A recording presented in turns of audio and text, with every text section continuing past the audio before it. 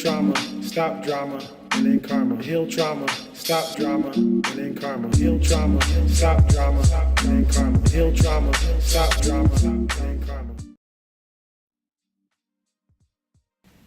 Greetings, divine creators. This is Coach Najee. I'm back to you with another video, Demystifying the Tarot. This is card number 6. For you guys who don't know, the tarot is a system to gain self-knowledge via self-awareness. And I'm your coach and your guide to help you gain self-knowledge so you can heal trauma, stop drama, and end karma. So, we're jumping straight into it. When we're looking at tarot card number 6, or part of the major arcana, we're looking at the Lover's card. So when we're looking at the Lover's card, there's a lot of information here, but more importantly, we're going to start with the parts that we don't see. The astrological sign, the planet associated to this card. The Lover's card is associated to Gemini. Gemini is a mutable earth sign, air sign. Gemini is a mutable air sign ruled by Mercury. Now, the characteristics associated to Gemini are fast-talking, intellectual, somewhat intuitive, funny, almost high-strung, liberal, fast-paced, a little eccentric. Most people blame Geminis of having a dual processor or 2 souls in one body, or processing 2 different tracks of reality simultaneously. And that is their superpower and their curse.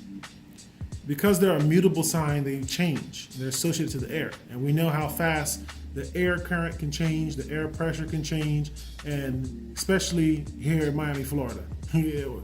Things change really fast, and as you know, there's a hurricane. So, this card is associated to Gemini, which is a mutable air sign, and that Gemini is ruled by Mercury. Now, the main thing Mercury is known for is communication. So Geminis tend to be really good communicators.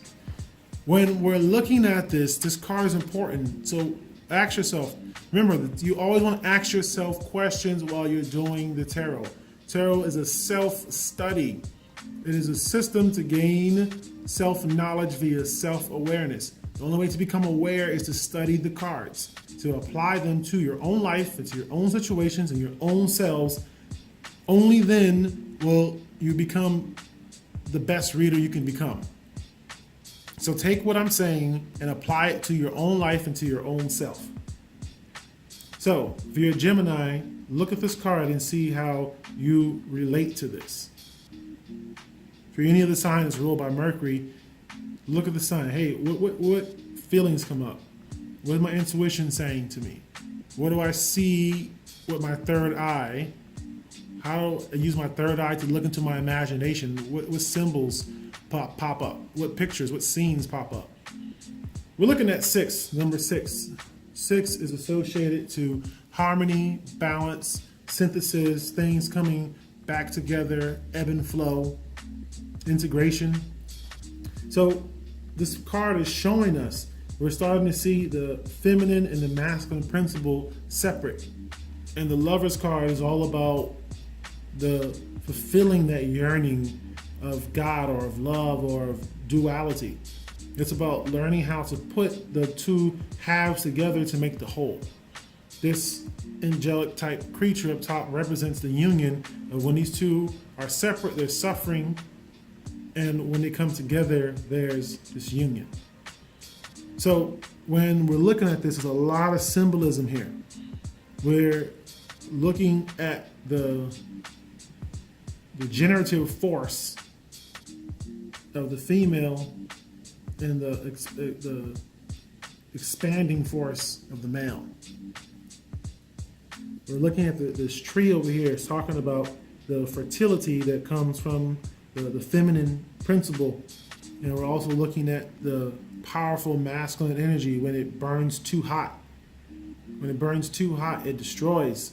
But guess what? Also, this feminine principle, even though it's very fruitful, we're looking at the snake. and we can take it from the biblical sense. When we take it from the biblical sense, we can talk about this almost naivety and gullible nature, the ability to be impregnated by lies or half-truths. But also we're starting to see here the intensity of that masculine energy. And we're seeing how it becomes all-consuming.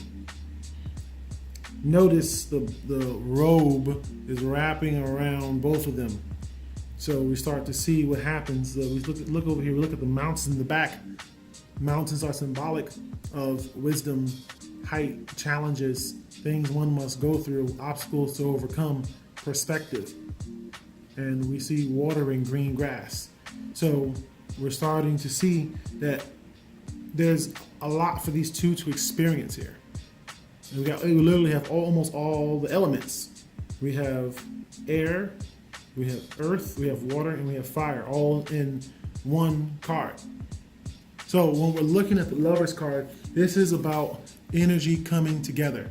It's about things coming together. It's about jobs coming together, people coming together under the pretense of love, an attractive magnetic force.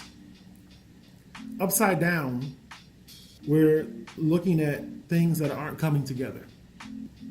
In a relationship, we're starting to say, wait a minute, what's not coming together? This card is ruled by Mercury and Gemini, so we start to see, wait a minute, what's the communication like? In a financial deal, what's going on? Are you coming off too strong, too harsh? Are you coming off as judgmental, domineering, and mean? Are you coming off as a sucker? These are questions. Notice I'm just allowing myself to flow with it, and instead of throwing the command out there, which is, remember, when we speak, it's a program. We're manifesting things. So if I say I don't know, then I'm telling myself I repel knowledge. I'm repelling knowing. So I'm allowing myself to flow. Same thing you can do. You can allow yourself to flow. But if you judge yourself and you say I don't know, and you refuse to give yourself the chance and to choose flowing, then you'll refuse. So upside down, this card is talking about things that aren't coming together. There's a blockage somewhere. The communication's not coming together because we know the card is telling us it's about integration. It's about balance and harmony and synthesis. And at the same time, when things are separate, we can analyze, hey, what is this and what is this? And then we can remove, identify the blockages, acknowledge those blockages, figure out what's there to learn, and then communicate them to both parties and bridge the gap. So we're really bridging the gap between problem and solution with perspective. So when we're looking at this, that Gemini aspect and the communication aspect can come in. The aspect about that Gemini characteristic or trait of being fast talking and energetic and charming and witty, all these things can be a superpower, but at the same time, it can be a curse. It can allow someone to come into a situation and cause massive chaos, cause confusion, cause separation. At the same time, those abilities can be used to actually unify people. So we're talking about communication. We're looking at the throat chakra here. So we see a lot of these, we see these purple colors. I'm a guy, so we're just gonna call this purple. Purple, pink, whatever you wanna call it, that's what we're calling it. And we start to see this light in the background representing higher knowledge, higher intelligence. When we're looking at the Lover's card, we start to see there's a process. There's a process that we all go through because we live here in duality. And this card is very much about duality. It's about polarity, the masculine and the feminine principles. Feminine energy contracts, masculine energy expands. And both of them are necessary forces, universal principles, the principle of gender from the Kabbalion. If you guys haven't checked out that book is extremely important, and that's what it's talking about. There's a masculine and feminine principle in all things. Take, for example, a cup. The cup has a feminine principle. You pour into it, it receives. The same cup, you pour things out of it, and it acts like the masculine principle. Gender has nothing to do with the particular sex. It has to deal with the function and the flow of energy. But it manifests as sex here on 3D reality. But everything has gender. This man isn't 100% manly man. There's estrogen and testosterone. It's about balance and levels. This woman isn't 100% Wonder Woman. She's a certain percent estrogen, certain percent testosterone. This card is talking about balance. So that principle of gender is extremely important here. We're talking about balance, harmony, synthesis. All right, when I say those words, what comes to mind? Well, when I say those words, what doesn't come to mind? Or what's excluded from those words? Or what are the opposite of those words? It's important because it's a mental technique for you to actually start to learn the tarot from a different standpoint. Go back and forth, to and fro. All paradoxes can be reconciled. It's from the Kabbalion, the law of polarity. It's right here. We're looking at it.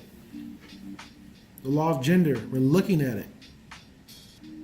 The law of polarity tells us that energy is not created or destroyed, only transfers states and forms. So we have neutral energy transforming states and forms from the higher plane to the lower plane. It's being transmuted back and forth, to and fro. So, why did I give you that tidbit of information? Well, there are some of you out here who have a thorough inner and understanding of universal law and Kemetic principle before it was Hermetic principle. So that's extremely important, but I won't bore you with the details right now. When we're looking at the Lover's card, communication is extremely important. What's stopping communication? What's going on? Allow your intuition to start paying attention to the details. Mercury is ruling communication. Gemini, am I talking too fast? Am I being a little aggressive? Am I being a pushover? Am I candy coating my words? Am I really speaking and coming from a place of love and integrity? Notice I'm asking questions and throwing them out there. This is exactly what you want to do so you can learn the tarot. Life lesson that's associated to this card is the ability to learn how to integrate, how to bring things together. Our mind is the creator of our reality. We have multiple minds, we have multiple co-creations, and we're living in this co-creation because we're co-creators. Look at your mind. What's going on? Do your thoughts pull you to and fro, back and forth? Does it keep you on one side of polarity? Does it keep you enslaved to duality? Everything that I'm saying isn't haphazard. It's being said on purpose and for a reason. Because all the information applies to the card. Whether it be business, career, finance, family, what's pulling you guys apart? There's something that's stopping the integration. Something that's stopping or hindering or blocking or repelling the flow of energy. That life lesson is to say, wait a minute, I need to find out, develop my skills and ability to integrate, to put things together. And love. Developing that ability to put things together with love, with care, and compassion, and kindness.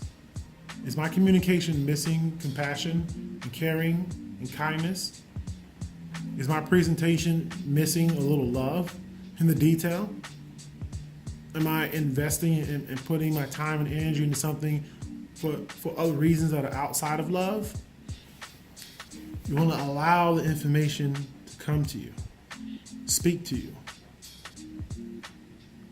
Every video of overemphasizing your intuition. Your intuition is your ability to pick up on pieces of information, a meaning, invisible meaning. What does this mean to you? What does this mean to you? What does this mean to you? You should allow these things to come. You study one card a day. Start asking questions about it. Allow it to sink in. Remember that third eye is literally your ability to see in your imagination. It's powerful. So, this is the end of the video. This is Coach Najee, helping you guys gain self-knowledge so you can heal trauma, stop drama, and end karma.